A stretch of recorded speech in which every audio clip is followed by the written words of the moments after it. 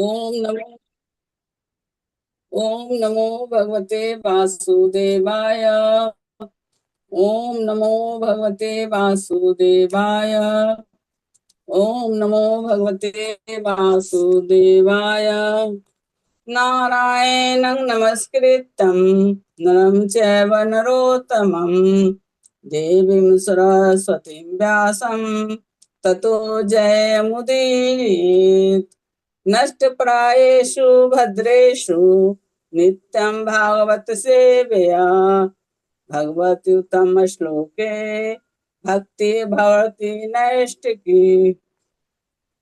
कृष्णाय वासुदेवाय देवकी नंदनाय च नंद गोप कुमाराय गोविंदाय नमो नमः। मूकं करोति वाचालं पंगुं लंघयते गिरिं यत्कृपातमहं वन्दे परमानंद माधवम्। मंगलाचरण। ओम अज्ञानतिमिरान्धस्य ज्ञानानाञ्जनशलाकया चक्षुरुन्मीलितं येन तस्मै श्रीगुरुवे नमः। श्रीचैतन्यमनोभीष्टं स्थापितं येन भूतले स्वयं रूपं कदा मह्यं ददाति स्वप्नदानयुक्तकम्। वन्देऽहं श्रीगुरु श्रीयुक्तपदकमलं श्रीगुरून् वैष्णवश्च श्रीरूपं साग्रजातं रघुनाथविन्तं तं सहजीवम् साधवैतं सावधूतं परिजन सहित कृष्ण चैतन्य देवम श्री राधा कृष्ण पादां सहगण ललिता श्री विशाखा विस्तां च। हे कृष्ण करुणा सिंधु दीनबंधु जगतपते गोपेश गोपिका कांत राधा कांत नमोस्तुते। तप्त कांचन गौरांगी राधे वृंदावनेश्वरी विश्वानुसुते देवी प्रणमामि हरिप्रिये। वाञ्छाकल्पतरुभ्यश्च कृपा सिन्धुभ्यैव च पतितानां पावनेभ्यो वैष्णवेभ्यो नमो नमः। जय श्री कृष्ण चैतन्य प्रभु नित्यानंद श्री अद्वैत गदाधर श्रीवासादि गौर भक्त वृंद। हरे कृष्ण कृष्ण कृष्ण हरे हरे हरे राम राम राम हरे हरे। नमो ओम विष्णु पादाय कृष्ण पृष्ठाय भूतले श्रीमते भक्ति वेदांत स्वामी नामिने। नमस्ते सरस्वती देवी गौरवाणी परिचारिणे निर्विशेष शून्यवादी पाश्चात्य देश तारिणे। हरे कृष्ण कृष्ण कृष्ण हरे हरे हरे राम राम हरे हरे। हरे कृष्णा माता जी धन्यवाद। हरे Krishna. Thank you so much Manju माता जी, आज का जप और आज का प्रेयर्स करने के लिए आपका बहुत बहुत धन्यवाद। सभी डिवोटीज का हार्दिक अभिनंदन है इस्कॉन अयोध्या के आज के प्रातःकालीन जप सत्र में। हरे कृष्णा।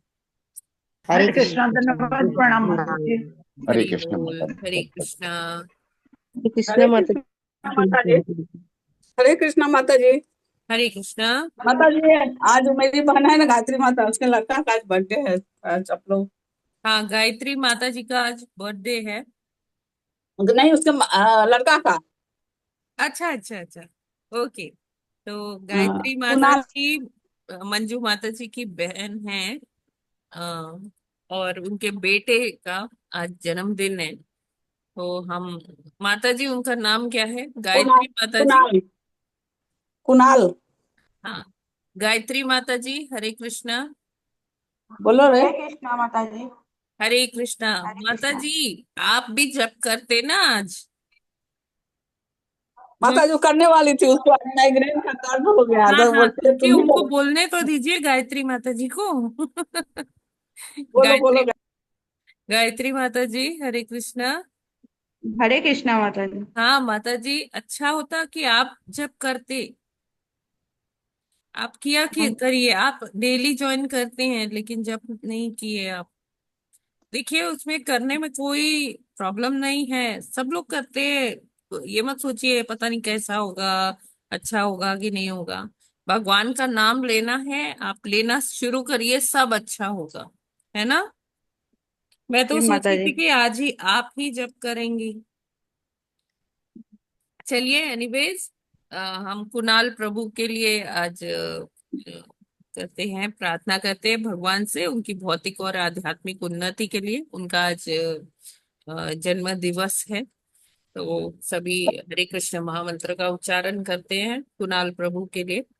हरे हरे कृष्ण कृष्ण हरे कृष्ण हरे हरे, हरे राम राम राम हरे हरे। बहुत बहुत शुभकामनाएं माता जी आपको, मंजू माता जी, गायत्री माता जी, आप सभी को कुटुंब सहित बहुत बहुत शुभकामनाएं। हरे कृष्णा। गायत्री माता जी, आपको बहुत बहुत शुभ मुबारक हो कुणाल के बर्थडे की। भगवान उसको आध्यात्मिक उन्नति दे, बहुत लंबी उम्र दे, से तंदुरुस्ती दे। हरे कृष्ण माता जी। ठीक है, तो अभी हम आगे बढ़ते हैं प्रभुपाद जी के आज का कोट की तरफ। स्क्रीन विजिबल है ना? जी माता जी। तो आज है 21 अप्रैल और प्रभुपाद जी कहते हैं, मुझे यह जानकर अत्यंत प्रसन्नता है कि तुम अपने आध्यात्मिक कार्यों को अच्छी तरह कर रहे हो और अपराध न करने के प्रति सदैव सचेत रहते हो। श्री कृष्ण और उनके प्रतिनिधि गुरु की सेवा करते समय हमें सदैव थोड़ा भयभीत रहना चाहिए, अर्थात अत्यंत सावधान। इस भाव से तुम कृष्ण भावना में प्रगति करोगे। गोपाल कृष्ण को पत्र 21 अप्रैल 1970।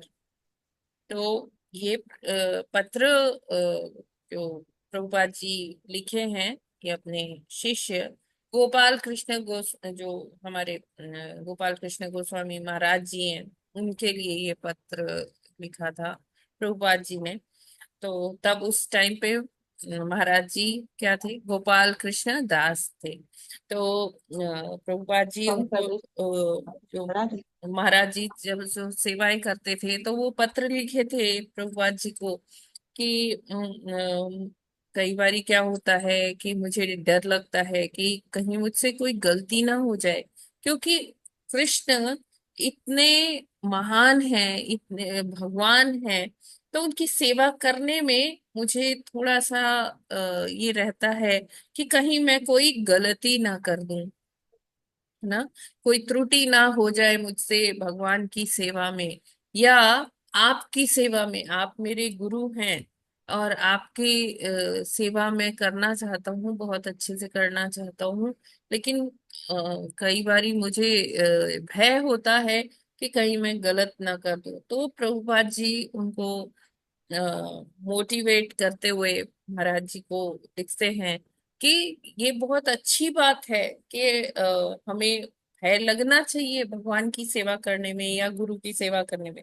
भय क्यों लगना चाहिए? कुछ डर अच्छा भी होता है, क्योंकि उस डर के चलते हम काम ना अच्छे से करते हैं, है ना। हमें अगर किसी का भय ना हो, अब मान लीजिए स्कूल में बच्चे जाते हैं पढ़ने के लिए, तो अगर उनको अध्यापक का, प्रिंसिपल का भय नहीं होगा तो क्या वो डिसिप्लिन मेंटेन कर पाएंगे या क्या वो अच्छे अंक ला पाएंगे पढ़े? मतलब अगर उनको भय नहीं होगा कि टीचर मेरा काम जो मैं कॉपी में लिख रहा हूँ वो देखेंगी, है ना, तो अगर उनको भय नहीं होगा तो वो करेंगे नहीं। तो कुछ भय क्या होते हैं, वो बहुत अच्छे होते हैं, वो हमारी प्रगति के लिए होते हैं, है ना। आप लोग सोच सकते हैं कि अगर एक जैसे ये बच्चे स्कूल में जाते हैं या कॉलेज में जाते हैं, इनको किन्हीं टीचर्स का भय ना हो, वहाँ के अथॉरिटीज का भय भय ना हो, प्रिंसिपल का, मैनेजर का भय ना हो, तो ना तो वो डिसिप्लिन मेंटेन करेंगे और ना ही वो अच्छे से पढ़ पाएंगे, है ना। ये आप लोग क्या सोचते हैं इसके बारे में? हरे कृष्णा। जी माता जी, जी माता जी, सही है माता जी, थोड़ा यस भय माता जी, नहीं एक होगा तो तो हाँ उनको माता जी, मिनिमम सही है। स्ट्रिक्टनेस तो चाहिए ही होती है। जी। वह तो तो होना ही चाहिए, लेकिन माता जी इच्छा भी होती है कि हाँ, आध्यात्मिक जगत में ये भक्ति करके जाएंगे तो जो है वो जो है लाइफ ज्यादा अच्छी है, एक्चुअल जो है अश्वत्थ वृक्ष तो वही है।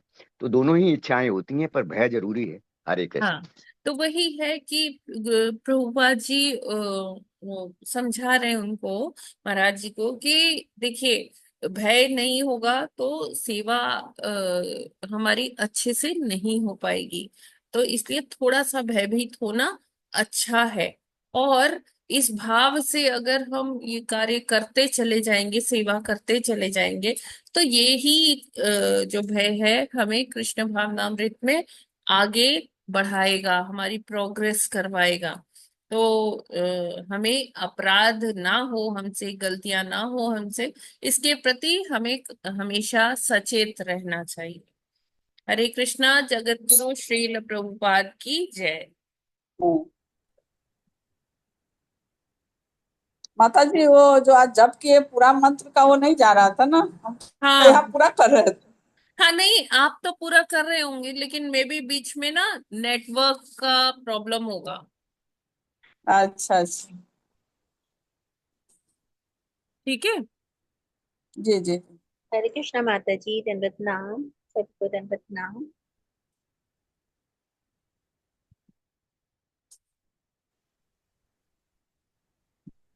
हरे कृष्णा। हरे कृष्णा माता जी।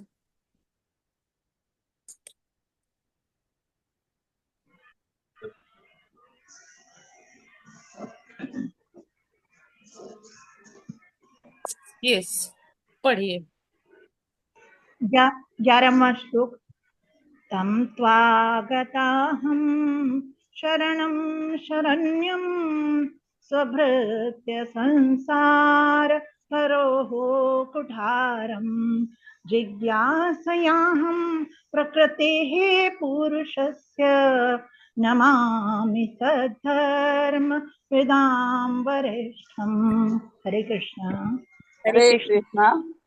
त्वाम ताम तं त्वागताहं शरणं शरण्यं स्वभृत्य संसारतरोः कुठारम् जिज्ञासया प्रकृते पुरुषस्य नमामि श्रद्धाभिधाम वरिष्ठम। हरे हरे हरे हरे कृष्णा। कृष्णा। तम त्वा तं पढ़िए त्वां मैम। शरणं शरण्यं स्वभृते संसारतरो कुठारं जिज्ञास्यां प्रकृते पुरुषस्य नमामि सधर्म विद्यां वरिष्ठम्। हरे कृष्ण। हरे कृष्णा। तम तवागताहं शरणं शरण्यां सभृत संसार तरो कुठारं जिज्ञासयाहं प्रकृतेः पुरुषस्य नमामि सद्धर्म विदाम वरिष्ठम। हरे कृष्णा। सभी को दंडवत हरे प्रणाम। कृष्ण। हरे तं कृष्ण। त्वगताहं शरणं शरण्यं स्वभृत् संसारतरो कुठारम् जिज्ञासयाहं प्रकृते पुरुषस्य नमामि धर्मविदां वरिष्ठम। हरे कृष्णा। माता जी सभी को धन्यवाद प्रणाम। हरे कृष्ण। हरे तं त्वा गताहं शरणं शरणं स्वभृत्य संसार तरो कुठारं जिज्ञासयाहं प्रकृते पुरुषस्य नमामि सद्धर्म विदां वरिष्ठम। हरे कृष्ण। हरे हरे कृष्ण। कृष्णा। हरे कृष्ण। तं त्वागताहं शरणं शरण्यं स्वभृत्य संसारतरोः कुठारं जिज्ञासयाहं प्रकृतेः पुरुषस्य नमामि सद्धर्मविदां वरिष्ठं। हरे कृष्णा। हरे कृष्णा। सभी को प्रणाम। गता शरणं शरण्यं प्रवृत्त संसार तरो कुठारं जिज्ञासयाहं प्रकृतेः पुरुषस्य नमामि सद्धर्मविदां वरिष्ठम। हरे कृष्णा, सभी को दंडवत प्रणाम। हरे कृष्णा। तं त्वागताहं शरणं शरण्यं स्वभृत्य संसारतरो कुठारं जिज्ञासयाहं प्रकृतेः पुरुषस्य नमामि सधर्मविदां वरिष्ठम। हरे कृष्णा, सभी को दंडवत प्रणाम। हरे हरे कृष्णा। कृष्ण। हरे त्वं त्वागताहं शरणं शरण्यं स्वभृत संसारतरुकुठारं जिज्ञासयाहं प्रकृते पुरुषस्य नमामि सद्धर्मविदां वरिष्ठम। हरे कृष्ण, सभी को दंडवत प्रणाम। हरे कृष्णा। अगहतं शरणं शरण्यां स्वभृत संसारतरो कुठारं जिज्ञासयाहं प्रकृते पुरुषस्य नमामि सधर्मविदां वरिष्ठम। हरे कृष्णा। दंडवत प्रणाम सभी को। तं त्वागताहं शरणं शरणं शरणम्य स्वभृत्य संसारतरोः कुठारं जिज्ञासयाः यहं प्रकृतेः पुरुषस्य नमामि सधर्मविदां वरिष्ठं। हरे कृष्णा। हरे कृष्ण सभी को। तं तत्त्वागताहं शरणं शरण्यं सर्वभूतया संसारतरोः कठोरां जिज्ञासा अहं प्रकृते पुरुषया नामि जगत् सत धर्म विदाम वरिष्ठम। हरे कृष्ण।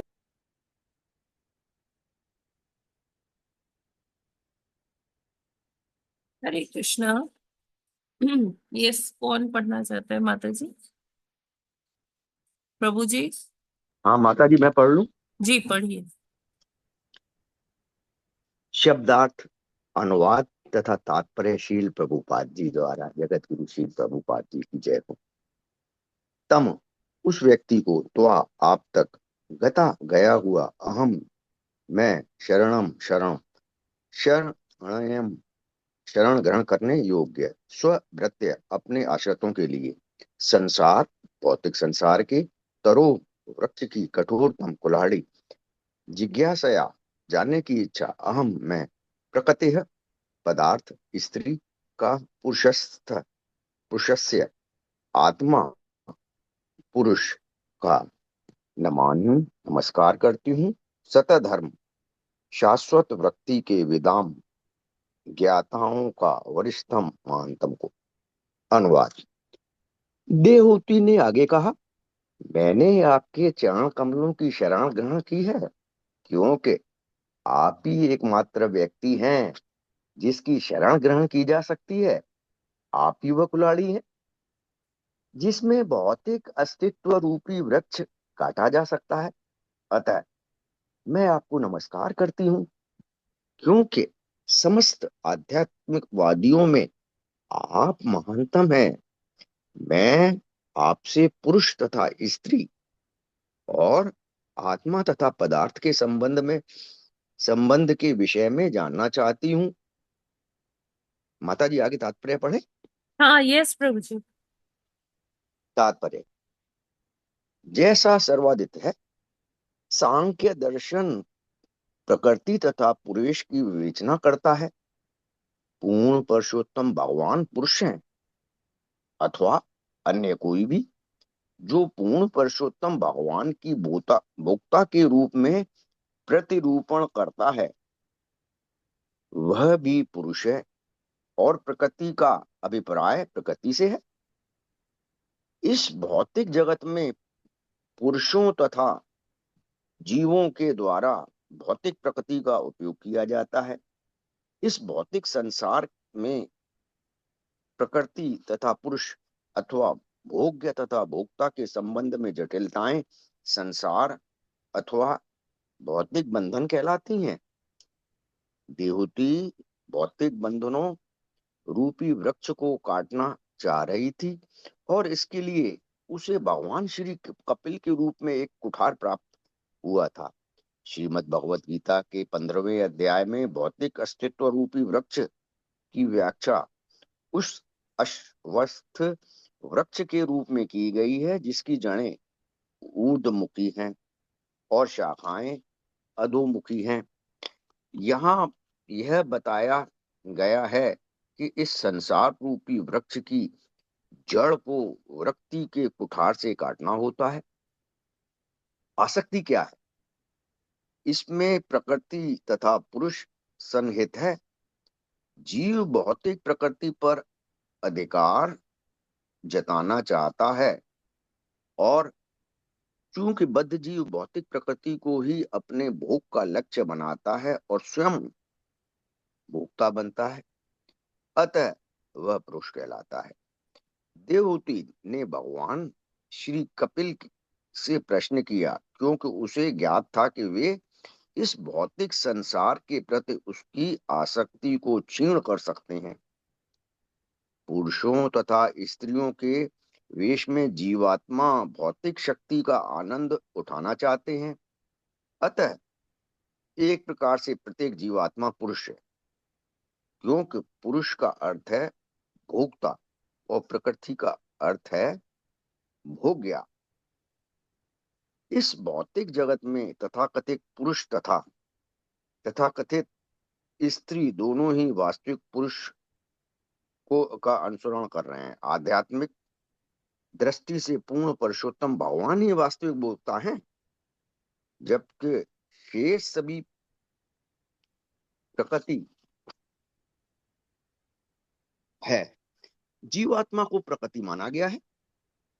श्रीमद् भगवद गीता में पदार्थ को अपरा अर्थात निकृष्ट प्रकृति कहा गया है। इस निकृष्ट प्रकृति से परे एक अन्य श्रेष्ठ प्रकृति है, जीवात्मा। जीवात्मा भी प्रकृति अथवा भोग्या ही है, किंतु माया के छलावे में आकर जीवात्मा ब्रह्मवश भोक्ता का स्थान लेने का प्रयास कर रहा है। संसार बंधन या बद्ध जीवन का यही कारण है। देवहूति बद्ध जीवन से निकलकर पूर्णतया समर्पित हो जाना चाहती थी। श्री भगवान शरणाय है, जिनका अर्थ होता है वे ही एकमात्र ऐसे व्यक्ति हैं जिनको पूर्ण रूप से समर्पण किया जा सकता है, क्योंकि वे सभी ऐश्वर्यों से पूर्ण हैं। यदि कोई सचमुच विश्राम चाहता है तो सर्वश्रेष्ठ मार्ग यह है कि वह पूर्ण पुरुषोत्तम भगवान की शरण में जाए। भगवान को यहाँ पर सदधर्म विदां वरिष्ठम कहा गया है। यह बताता है कि सभी दिव्य वृत्तियों में सर्वश्रेष्ठ वृत्ति भगवान की शाश्वत प्रेममयी सेवा है। कभी कभी धर्म शब्द का अनुवाद रिलीजन धर्म के रूप में किया जाता है, किंतु इसका वास्तविक अर्थ है वह जिसे स्वयं से पृथक नहीं किया जा सकता। अग्नि की उष्णता अग्नि से विलग नहीं की जा सकती, इसलिए उष्णता को अग्नि का धर्म या प्रकृति गुण कहा गया है। इसी प्रकार सद्गुण का अर्थ है शाश्वत धर्म वृत्ति। यह शाश्वत वृत्ति है ईश्वर की प्रेममयी भक्ति में लगना। भगवान श्री कपिल के सांख्य दर्शन का उद्देश्य विशुद्ध कल्मश रहित भक्ति का प्रसार करना है। इसलिए उन्हें जीव के दिव्य धर्म के ज्ञाताओं से सर्वश्रेष्ठ व्यक्ति कहकर संबोधन किया गया है। हरे कृष्ण माता जी। थैंक यू हरे प्रभु जी। हरे कृष्णा। तो देवहूति माता जी अभी भी भगवान का महिमा मंडन कर रही है कि भगवान ही एकमात्र आश्रय है, जहां जिस आश्रय में पहुंचकर व्यक्ति अपने जन्म जन्मांतर के जो उनके बंधन है उसको काट के उसको उसमें से उन जटिलताओं में से निकलकर इस भव सागर में से पार होकर जा सकता है। कहाँ पर? भगवत धाम में जा सकता है। जैसे कि 15वें अध्याय में बताया गया है कि ये जो संसार है ये उल्टा परवर्टेड ट्री है, बैनियन ट्री है, अश्वत्थ वृक्ष है। तो अश्वत्थ वृक्ष की जटिलताएं जितनी हैं, उसमें जो उसकी पत्तियां हैं वो वेदों के वो छंद हैं, जो कई बार जिनकी अलंकारमयी भाषा में क्या होता है कि व्यक्ति उलझ के रह जाता है। और बड़े सारे प्रलोभन है माया के इस भौतिक जगत में, जिससे व्यक्ति एकदम वो प्रलोभनों से उत्तेजित हो जाता है, उनको पाने के लिए उत्सुक हो जाता है। और यहाँ पर ही क्या होता है, वो माया के उस जाल में, उस विषय सर्कल में फंस जाता है और उससे फिर निकलने का और कोई रास्ता नहीं रहता। तो यहाँ देवहूति माता जी कह रही हैं कि आप एकमात्र आप ही ऐसे पुरुष हैं, ऐसे व्यक्ति हैं जिनकी शरण ग्रहण की जा सकती है, जिनके चरण कमलों का आश्रय प्राप्त किया जा सकता है। और भगवान को वो कहती हैं कि आपका जो आश्रय है, आपके जो चरण कमलों का आश्रय है, वो एक ऐसी कुल्हाड़ी से उसका तुलना करती हैं जिससे ये संसार रूपी अश्वत्थ वृक्ष को काटा जा सकता है। अभी भगवान के चरणों में जो सेवा की जाती है, जैसे जैसे हम भगवान की चरणों में हमारी इंद्रियां सेवा अपनी देती रह जाती है, देती जाती है, तो हम क्या होते हैं, जो भक्त होते हैं वो भगवान के प्रति उनका समर्पण, उनका प्रेम, उनका भाव वो जागृत होता चला जाता है और विकसित होता चला जाता है। और जैसे जैसे भगवान के प्रति प्रेम विकसित होता जाता है, इस भौतिक जगत से उसी अनुपात में जो है विरक्ति आती जाती है। तो इसीलिए भगवान के चरण कमलों के आश्रय को, शरण को क्या किससे तुलना की गई है? उस कुल्हाड़ी से, जिससे कि हम यहाँ के बंधनों को काट सकते हैं। और जब बंधन कट जाएंगे तो क्या होगा? तो क्या होगा जब बंधन कट जाएंगे? भगवत प्राप्ति होगी। जी विरक्ति विरक्ति जी, विरक्ति भगवत आएगी। प्राप्ति हो जाएगी, है ना। बंधन कटने से क्या होगा? भगवत प्राप्ति में कोई बाधा नहीं रहेगी, कोई अड़चन नहीं आएगी। ठीक है। तो यहाँ देवहूति माता जी अब यही जानना चाह रही हैं कि अ, ये जो पदार्थ है और आत्मा है ये क्या है, पुरुष और स्त्री सही मायने में क्या है, असली पुरुष कौन है ना, और तथाकथित पुरुष कौन है, स्त्री कौन है। तो इस तरह से वो कहती हैं कि मैं आपको नमस्कार करती हूँ क्योंकि आप समस्त योगियों में महानतम है। भगवान का एक नाम क्या कहा गया है? योगेश्वर, है ना। योगियों के भी ईश्वर, जो योगियों में महानतम योगी हैं। तो इसीलिए देवहूति माता जी अब ये सत्य जान गई हैं और उनको पता चल गया है कि इस भौतिक जगत में कर्म के में से बांधने में सब माया की सारी जो प्रलोभन है वो लगे हुए हैं। हाँ, हमारा हम अगर कहीं इस चीज से मुक्त हो सकते हैं तो एकमात्र भगवान की चरण कमलों के आश्रय प्राप्त करके कर सकते हैं, क्योंकि यही वो कुल्हाड़ी है जिससे कि मनुष्य काट सकता है यहाँ के भव बंधनों को, इस संसार रूपी वृक्ष के जो जो जटिलताएं हैं उसको काट सकता है। तो तात्पर्य में प्रभुपाद जी क्या कहते हैं, जैसा कि सर्वविदित है सांख्य योग प्रकृति तथा पुरुष के विषय से संबंधित है।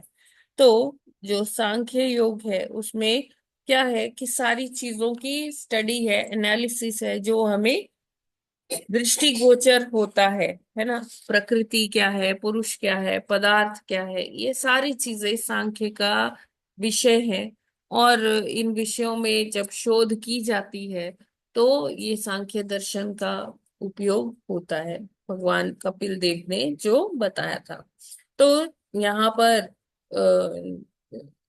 कहते हैं प्रभुपाद जी कि श्री भगवान या भोक्ता के रूप में जो कोई पूर्ण पुरुषोत्तम भगवान का अनुकरण करता है वह पुरुष है, और प्रकृति का अभिप्राय प्रकृति से है।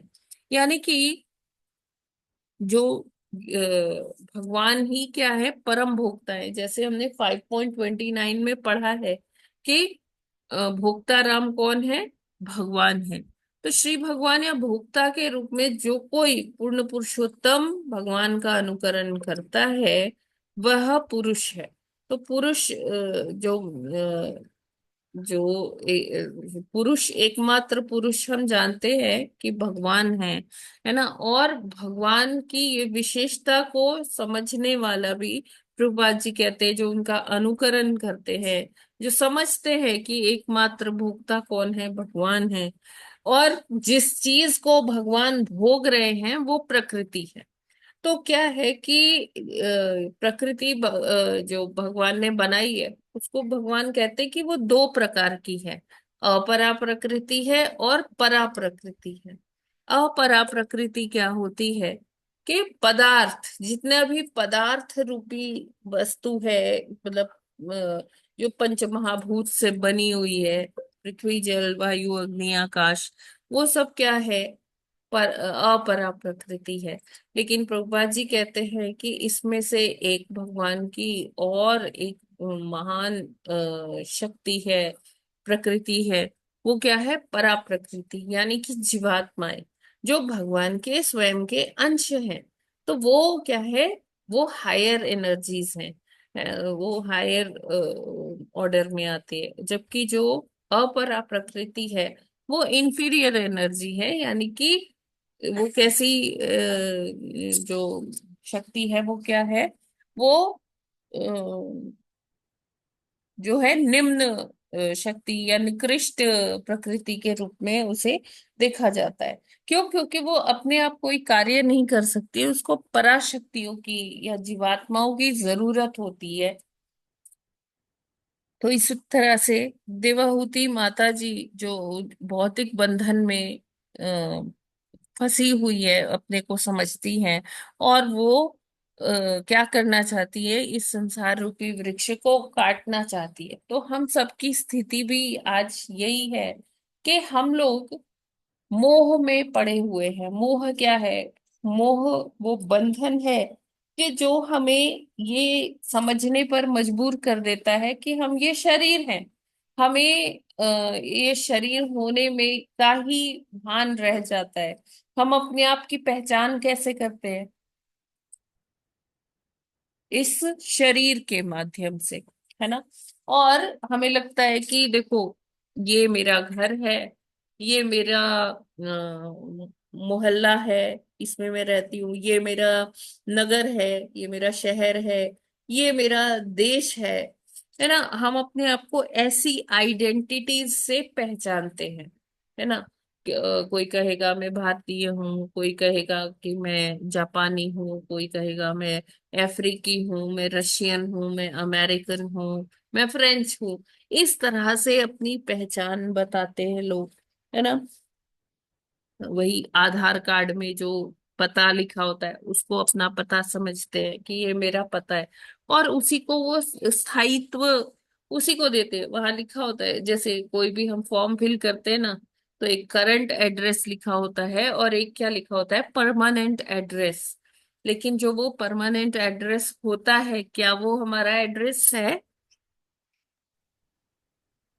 नहीं माता जी, हम्म। नहीं, वो परमानेंट हमारा एड्रेस नहीं है। परमानेंट एड्रेस नहीं है, वो भी नहीं है, क्या है, नहीं है। अस्थाई है। मतलब हम जब तक ये यहाँ श्वासें ले रहे हैं, जीवित है, तब तक ही वो हमारा परमानेंट एड्रेस हो सकता है।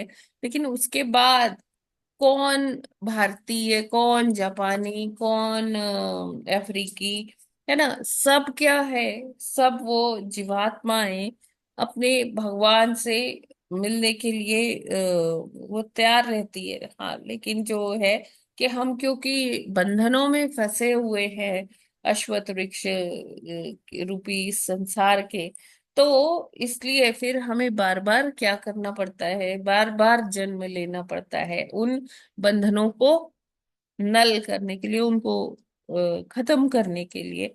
मनुष्य को एक के बाद एक के बाद एक जीवन जीना ही पड़ता है, यहाँ आना ही पड़ता है इस भौतिक जगत में, और यहाँ के बंधनों में वो फंसता भी रहता है जब तक कि उसे कोई ऐसा ज्ञान न मिले, कृष्ण भावनामृत का ज्ञान न मिले, कोई वो वैष्णवों के संग में ना आए, गुरु के संग में जैसे ही आ जाता है, तो वो व्यक्ति सीख जाता है कि किस प्रकार इस जो बंधन है, जटिलताएं हैं इस अश्वत्थ वृक्ष की, उसको वो किस तरह से, किस तलवार से या किस कुल्हाड़ी से काट सकता है।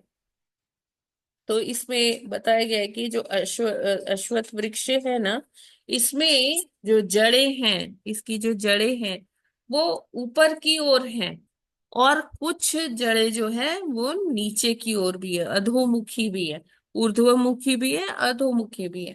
ऊर्ध्वमुखी इसलिए है कि चाहे वो आध्यात्मिक जगत हो, चाहे वो भौतिक जगत हो, सबके मूल में कौन है, सबका मूल कौन है? भगवान कृष्ण भगवान ही है। तो जो ऊपर की ओर जड़ें हैं वो उसमें वो कहाँ से आ रही है, वो आध्यात्मिक जगत से आ रही है। और वो इसीलिए जड़ें ऊपर को दिखाई गई हैं, है ना, कि भगवान की मर्जी से ही सब कुछ होता है। हमें भगवान की स्वीकृति लेनी पड़ती है। हम सोचते हैं कि मैं ये कर लूंगी, मैं वो कर लूंगी, मैं ऐसा, हम प्लानिंग्स करते हैं कि हम इस डेट को ये करेंगे, इस डेट को वो करेंगे, ऐसा होगा, वैसा होगा, ये मैं ये करके दिखाऊंगी।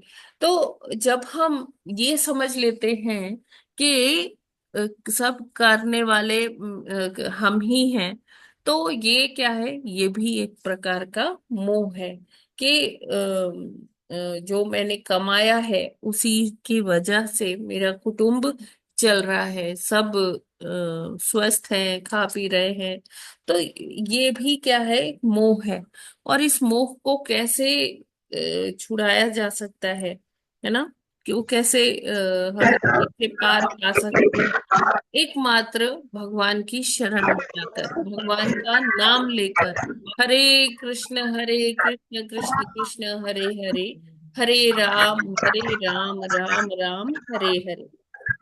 फिर इसके बाद कहते हैं कि जो शाखाएं हैं वो अधोमुखी हैं। शाखाएं क्या हैं?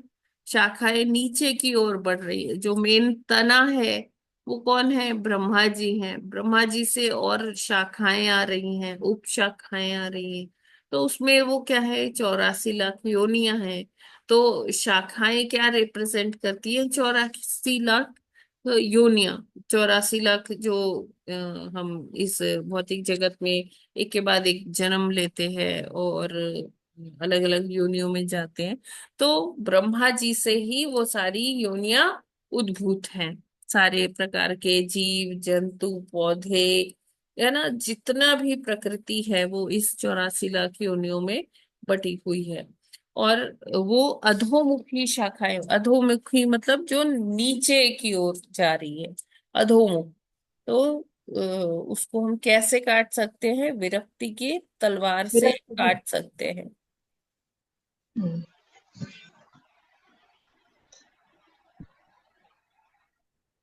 ठीक है, तो देवहूति माता जी को पता है कि कपिल तो भगवान है, उनके पुत्र तो है, लेकिन वो भगवान है, और अनुकंपा करके वो उनके घर में प्रकट हुए हैं। तो इसलिए वो जानती हैं कि अगर उनकी मोह को कोई दूर कर सकता है तो वो उनके पुत्र कपिल देव ही कर सकते हैं, है ना। पुरुष और स्त्रियों के वेश में जीवात्माएं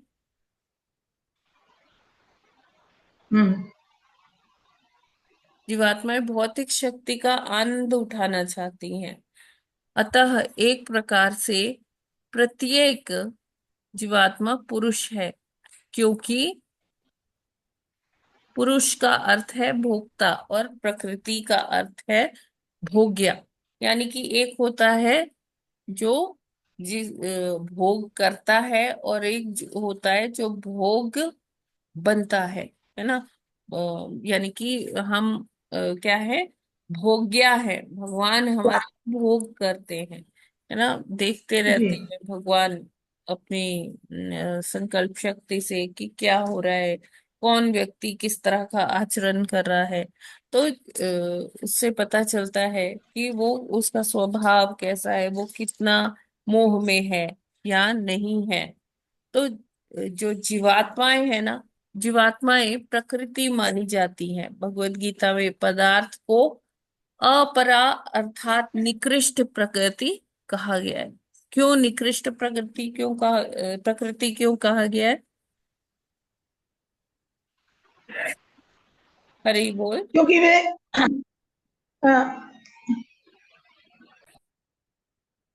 क्योंकि वे बद्ध होती हैं। माता जी, जब तक चेतना नहीं होगी तब तक तो निकृष्ट है, लेकिन पेड़ पौधों में तो होती है चेतना, होगी प्रकृति। जी। तो जितना ही हम इस संसार के इस बंधनों को काटेंगे, उतना ही हमें, सॉरी, जितना हम भगवान की प्रेमा भक्ति में लगेंगे, उतना ही इस संसार से हमें विरक्ति होगी। और तब हमारी मनोदशा ऐसी होगी कि हम यहाँ से, हमारा मन होगा कि यहाँ कुछ नहीं रखा, यहाँ से निकलना चाहिए किसी तरह से। तो वो निकलेंगे कैसे? जब हम भगवान को पूरी तरह से समर्पित होंगे, और अपने सारे कार्य कैसे करेंगे? कृष्ण भावना भावित कार्य करेंगे, है ना। तभी हम इस संसार से विरक्ति पा पाएंगे। और विरक्ति ऐसी, मतलब भगवान के जो 6 ऐश्वर्य हैं उसमें एक ऐश्वर्य क्या है? हरे कृष्ण। रिनंसिएशन। हाँ, विरक्ति। भगवान क्या है? भगवान ये सारी रचना करके भी, भगवान को उससे कोई अटैचमेंट नहीं है कि अरे देखो मैंने ये पृथ्वी बनाई, मैंने ये 14 भुवन बनाए, चलो मैं वहां जाके कम से कम मैं तो रहूं। हम अपना एक घर बनाते हैं तो हम क्या सोचते हैं कि हम उसमें रहें, हमने इतने खर्चा किया है, इतनी सारी चीजें लगाई है, इतनी सुंदर सुंदर, हम उसका भोग तो करें। हमारी यही प्रवृत्ति होती है ना। तो लेकिन भगवान क्या करते हैं? भगवान इतना सब कुछ बनाते हैं, सब कुछ भगवान ने दिया है हमें, है ना। फ्री की हवा दी है, ऑक्सीजन जो हम लेते हैं, फ्री की धूप दी है भगवान ने, फ्री का पानी दिया है भगवान ने। और हम क्या कहते हैं? भगवान तुम मेरे लिए कुछ नहीं करते। जो हम सांसें ले रहे हैं वो भी तो भगवान की ही कृपा है कि हम सांस ले पा रहे हैं। वरना ऑक्सीजन तो बहुत है, लेकिन जब हमारा स्नायु तंत्र काम नहीं करेगा तो फिर हम क्या ले पाएंगे ऑक्सीजन? नहीं, तो ये भगवान की नहीं ले कृपा है कि हम पाएंगे। श्वास लेने के योग्य है, नहीं ले हम पाएंगे। पानी पी पा रहे, हम हवा ले पा रहे। और तो और देखिए, भगवान ने इतना सब किया है, और भगवान उसका बिल भी नहीं भेजते हैं हमको कि तुम्हारा हवा का इतना बिल हुआ, ऑक्सीजन का इतना हुआ, या तुमने इतने गैलेंस पानी खर्चा कर दिया, इतने लीटर पानी खर्चा कर दिया। भगवान बिल लेके नहीं आते हैं। भगवान क्यों? क्योंकि उनको विरक्ति है ही नहीं। ठीक है। मतलब वो सॉरी, भगवान मतलब पूर्णतः विरक्त है। ठीक है, ये क्लियर है क्या? हरि जी बोल। माता जी। हाँ व्यक्ति हाँ है भगवान।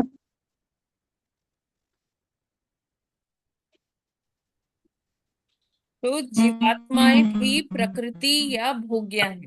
तो जो हम जीवात्माएं हैं ना, हम भी प्रकृति हैं, लेकिन कौन सी प्रकृति है? परा प्रकृति है, भगवान की जो सुपीरियर एनर्जी होती है वो है। और जबकि जो पदार्थ है वो क्या है? अपरा प्रकृति है। वो क्या है? इंफीरियर एनर्जी है भगवान की। ठीक है। माता जी, आपका आवाज बहुत डिस्टर्ब है, वो मतलब वो ठीक नहीं है शायद नेटवर्क।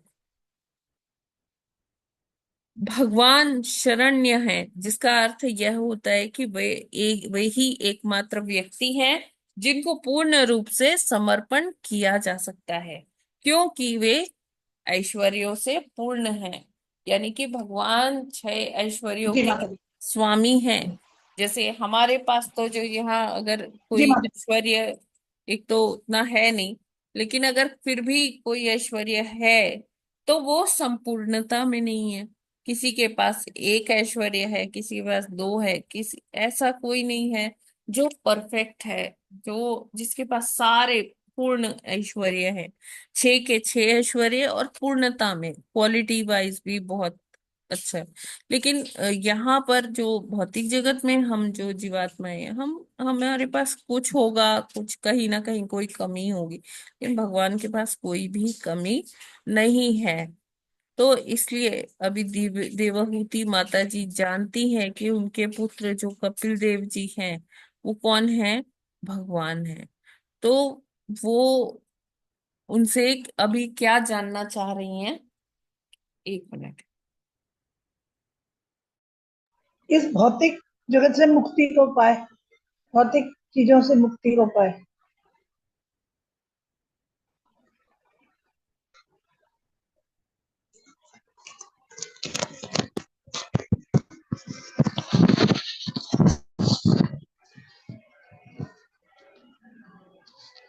हरे कृष्णा। हाँ, भौतिक पदार्थों से मुक्ति को पाए। हाँ, तो देवहूति माता जी क्या अभी उनको ये क्लियर हो गया है कि एकमात्र भगवान ही है जो कपिल देव के रूप में वहां विराजमान है उनके समक्ष। तो वो उनसे अब आग्रह कर रही है कि एकमात्र आप ही मेरे आश्रय हैं जो मुझे मेरी जीवन की सर्वोच्च सिद्धि प्रदान कर सकते हैं। तो जा सकते हैं। भगवान को यहाँ पर क्या बोला गया है? सधर्म विदम वरिष्ठम कहा गया है। ये तो बताता धर्म है विधान। कि दिव्य वृत्तियों में सर्वश्रेष्ठ वृत्ति श्री भगवान की प्रेमा भक्ति है। तो अगर हम भगवान की भक्तिमय प्रेममय सेवा कर रहे हैं तो जो है हम भगवान की प्राप्ति कर सकते हैं। वो हमें जो भी हम भगवान की सेवा कर रहे हैं, हमें वो सप्रेम सेवा करनी चाहिए। ठीक है। और ये क्या है कि जैसे प्रभुपाद जी यहाँ लिखते हैं, कभी कभी धर्म का धर्म के रूप में अर्थ किया जाता है, किंतु इसका वास्तविक अर्थ है वह जिसका परित्याग नहीं हो सकता। यानी कि धर्म की जब हम बात करते हैं, धर्म क्या है? धर्म वो है जो जिससे हम कभी मतलब जिससे हम अपने को छुड़ा नहीं सकते। मतलब वो एक जो हमारी तो वो विशेषता जिससे हम कभी विलग नहीं हो सकते, है ना। जैसे कि हम जो स्वयं जो हम क्या है, हम हमारा अस्तित्व क्या है, हमारी पहचान क्या है, कि हम ये शरीर नहीं है, आत्मा है। आत्मा का अर्थ क्या होता है, सॉरी, आत्मा का विशेषता क्या होती है कि वो भगवान का अंश है ना। और जो उससे हम कभी ये गुण अलग नहीं कर सकते कि आत्मा जो है या जीवात्माएं जो है वो भगवान के अंश हैं।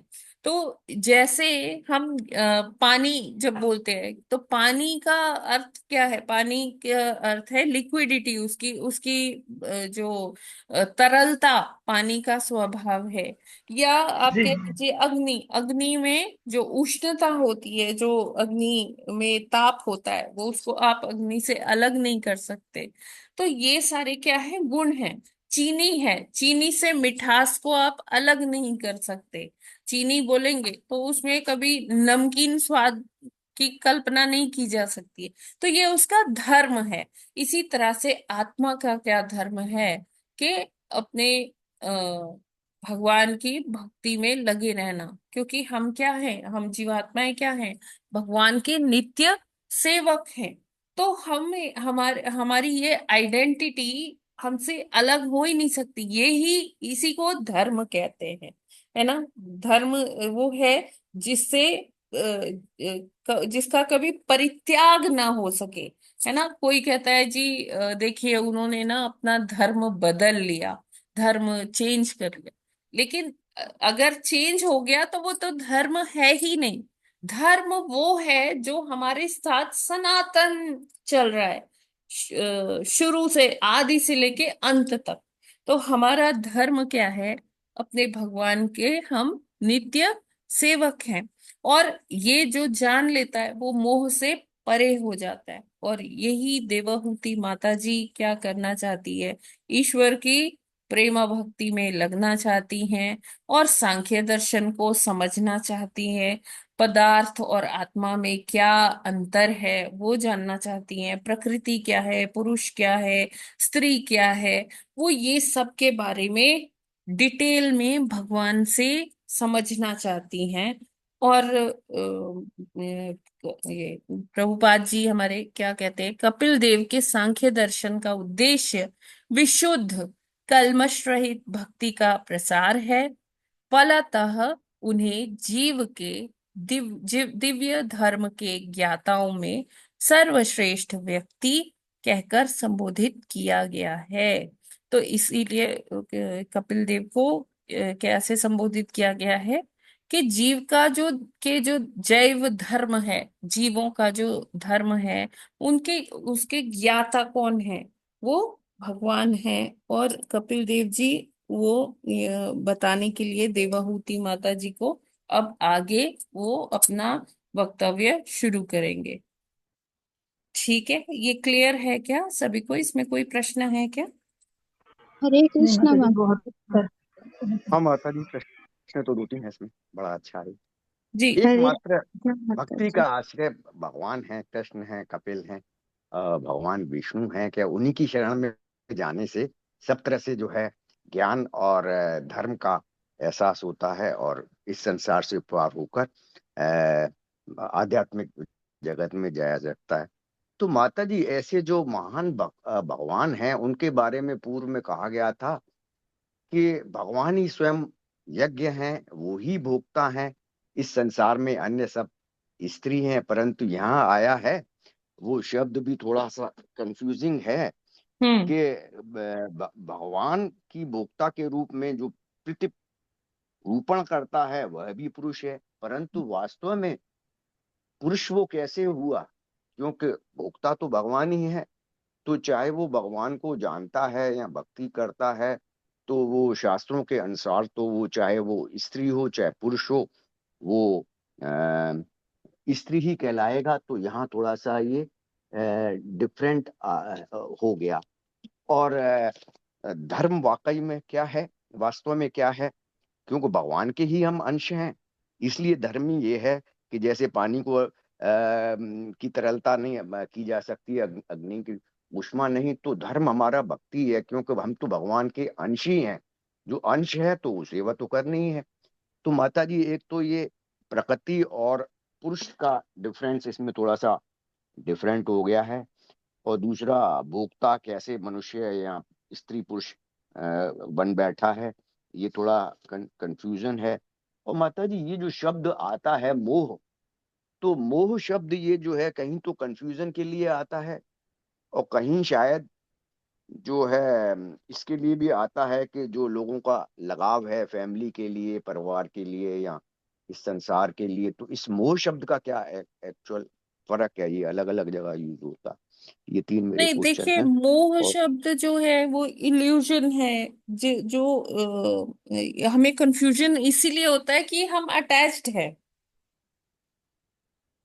ना। अटैचमेंट जो है हमारी, मोह जो है हमारा परिवार के प्रति, अपनी संपत्ति के प्रति, तो उसी से हमें कंफ्यूजन होता है। फिर हम अपने आप को ये शरीर समझने लगते हैं, देह समझने लगते हैं।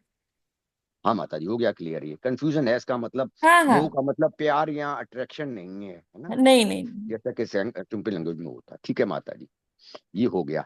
अब स्त्री पुरुष का और भोक्ता का हो गया। भोक्ता तो पुरुष को पहले कभी नहीं कहा गया, भगवान को ही कहा गया। भोक्ता अब यहाँ कहा ये भी आ नहीं गया जा है। रहा, यहाँ भोक्ता नहीं कहा गया, भोग्या कहा गया है। माता जी ये भोक्ता शब्द आया है भगवान है और भगवान भोग्या जो जीवात्माएं पूर्ण हैं। पुरुषोत्तम भगवान की भोक्ता के रूप में पितृरूपण करता है, वह भी पुरुष है।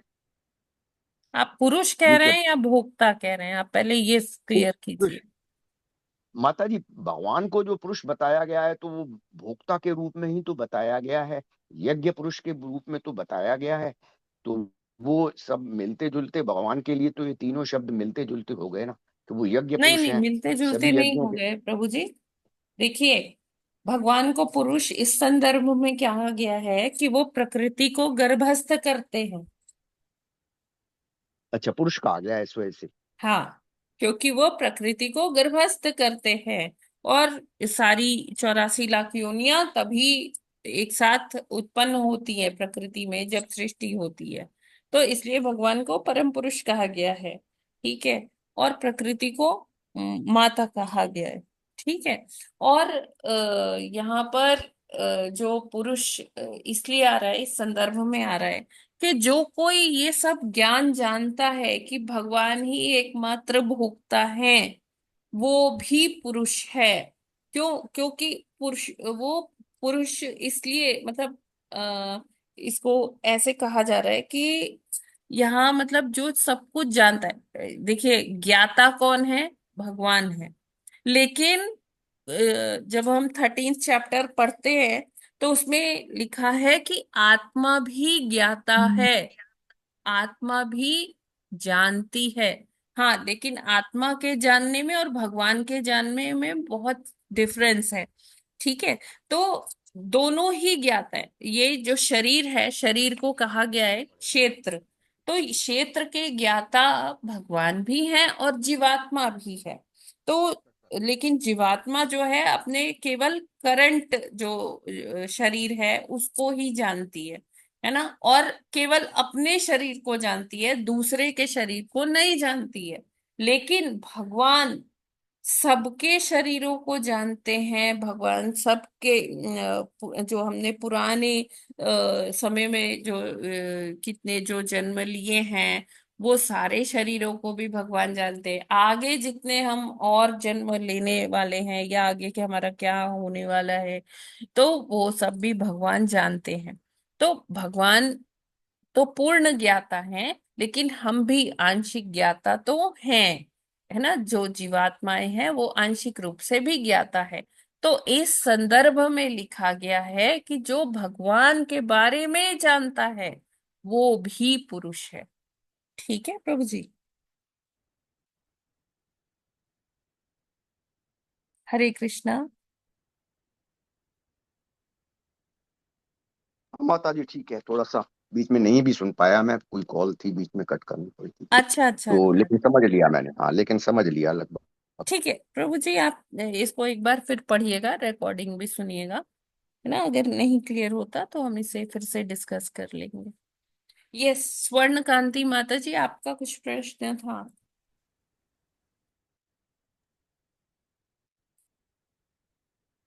हरे कृष्णा। माता जी साइड जरा बता दीजिएगा, जरा मैं रिपीट करके इसको सुनूंगा, क्या? क्योंकि ये तो वो जहाँ वो जो वीडियो आती है ना माता जी जिस साइट पे, हाँ हाँ। हाँ, वो जो रिकॉर्डिंग जो है वो कौन सी जी जी, साइट पे आती है?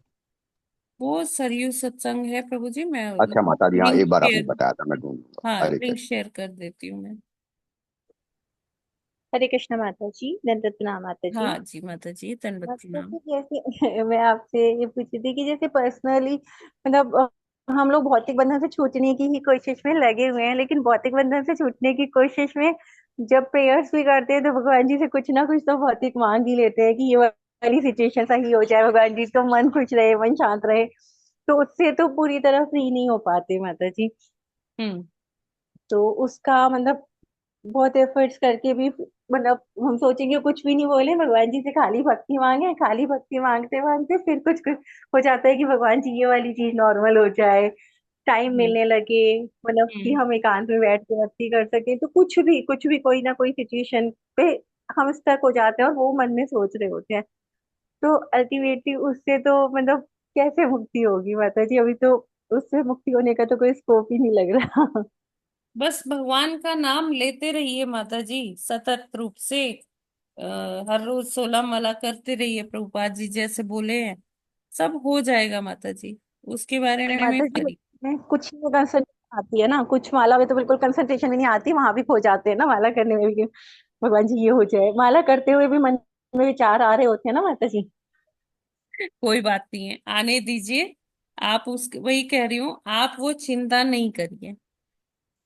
जी माता जी। बस भगवान का नाम जपिए, सब कुछ हो जाएगा। माता जी वो तो है, समय के साथ बहुत कुछ ठीक हुआ है, पर हाँ, मतलब और आगे और काफी भी ठीक। ठीक होगा। जी माता जी, जी माता जी। ठीक है ना? जी माता जी। उसकी चिंता मत करिए। वही माता जी, बस मुझे यही लगता है कि चिंता मुक्त नहीं हो पाते, और चिंता मुक्त ना होने की वजह से कहीं ना कहीं चैंटिंग अफेक्ट होती है। मतलब बहुत सुबह के राउंड्स अच्छे हो जाते हैं 12 बजे से पहले के, जो बाद के बचे रह जाते हैं ना वो हम्म। बहुत डिस्ट्रैक्टेड है जी। उसमें कभी कुछ हो रहा है, कभी कोई बोल रहा है, कभी कुछ देखिए, हो वो रहा है। चीजें आती रहेंगी, ये सारी विघ्नें आती रहेंगी, लेकिन हमको अपना काम करना है ना। जी माता जी।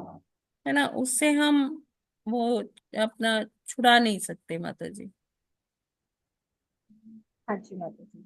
ठीक है ना? जी माता जी। ये भौतिक जगत है, संसार दावानल है, यहाँ पर ये सब चलता रहेगा। कभी ऐसा नहीं होगा कि हाँ जी, अब सब ठीक है, चलो अब जप करते हैं, ऐसा नहीं होगा। वो चीजें आती रहेंगी। प्रहलाद महाराज के साथ कितना होता रहा, लेकिन उन्होंने भगवान का नाम लेना छोड़ा ही नहीं। बस हमें यही करना है। ये सारे माता महाजन हमको यही सिखा के गए। माता जी की तो ना कंसंट्रेशन का लेवल ही एक अलग था ना, वो तो बिल्कुल बिल्कुल हर तरफ से उन्होंने विरक्त कर लिया। हम लोग तो कैसे किए, कैसे किए? सारे डिस्ट्रैक्शंस तो थे ना उनके पास जी, भी। उतनी निष्ठा भी तो आनी चाहिए ना माता जी। हम लोग कह सकते हैं कि हमें भगवान में पूर्ण विश्वास है, पर उतनी निष्ठा तो नहीं है ना, तो वो कहीं ना निष्ठा कहीं तो बनते बनते ही होगी ना माता जी। माता जी। जी माता जी। निष्ठा बनते बनते ही होगी। अब हम प्रयत्न तो कर रहे हैं, हम ये सब सुन रहे हैं, सारा प्रयत्न कर रहे हैं, ठीक है ना? तो निष्ठा बनते बनते ही होगी, आएगी। हाँ जी माता जी। ठीक है। ऐसे हम सोचे कि नहीं एकदम से हम महाजन बन जाएंगे, तो ऐसा तो नहीं होगा। जी माता जी। तो कोई बात नहीं है, ठीक है बस हमें करते जाना है, उसमें हमें कोई ढिलाई नहीं करनी है। बस हमें जो है लगे रहना है, वो इम्पोर्टेंट है। प्रभुपाद जी कहते हैं ना कि बोट में आप बैठे रहिए, इस्कॉन नाम की बोट में आप बैठे रहोगे तो सब होता जाएगा। माता जी, बोट में तो बैठ गए माता जी, इसमें से तो नहीं बस उतरता है, या लेकिन कुछ हो पा रहा है, नहीं हो पा रहा है, बस भगवान का नाम के ऊपर वो लेते रहिए, उस है ना बोट में बैठे रहिए, संग करते रहिए। एक दिन तो किनारे लग ही जाएंगे। माता जी। बस। तो प्रभुपाद जी की ये सारे जो कोट्स हैं, ये सारे जो लेक्चर्स हैं ना, ये सुनेंगे ना तो बहुत मोटिवेशन मिलेगा माता जी। जी माता जी, सुनने की तो माता जी हमेशा कोशिश रहती है, लेकिन बस वही है कि काफी हद तक तो अब हो गया है कि कंसंट्रेशन मिल जाती है, सुन लेती हूँ। पर वो और थोड़ा स्पीड अप करने की जरूरत तो है अब। होगा जैसे भी होगा, टाइम के साथ साथ आपके मार्गदर्शन से होगा अच्छे से। विश्वास है माता जी पर। हरे कृष्णा माता हरे जी, कृष्णा। धन्यवाद। ये स्वर्ण कांति माता जी, आप कुछ कह रही थी?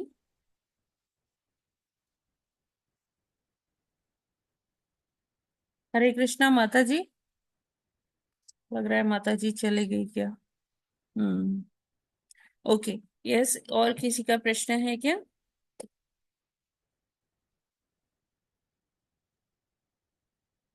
हरि बोल।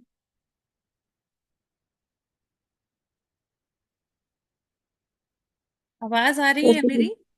हाँ जी जी माता मतलब आ रही है, क्लियर है जी सर। माता अच्छा जी, अच्छा, बहुत अच्छे से फिर समझ ठीक, आया आज, बहुत ठीक है। अच्छे से। तो फिर आज हम लोग यहीं पर विराम करते हैं।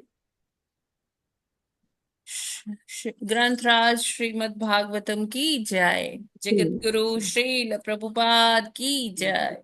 नामाचार्य हरिदास ठाकुर की जय। जय अनंत जय कोटि वैष्णव भक्त वृंद की जय। जय वाञ्छा कल्पतरुभ्यश्च कृपा सिन्धुभ्य एव च पतितानां पावनेभ्यो वैष्णवेभ्यो नमो नमः। हरे कृष्णा, सभी को प्रणाम।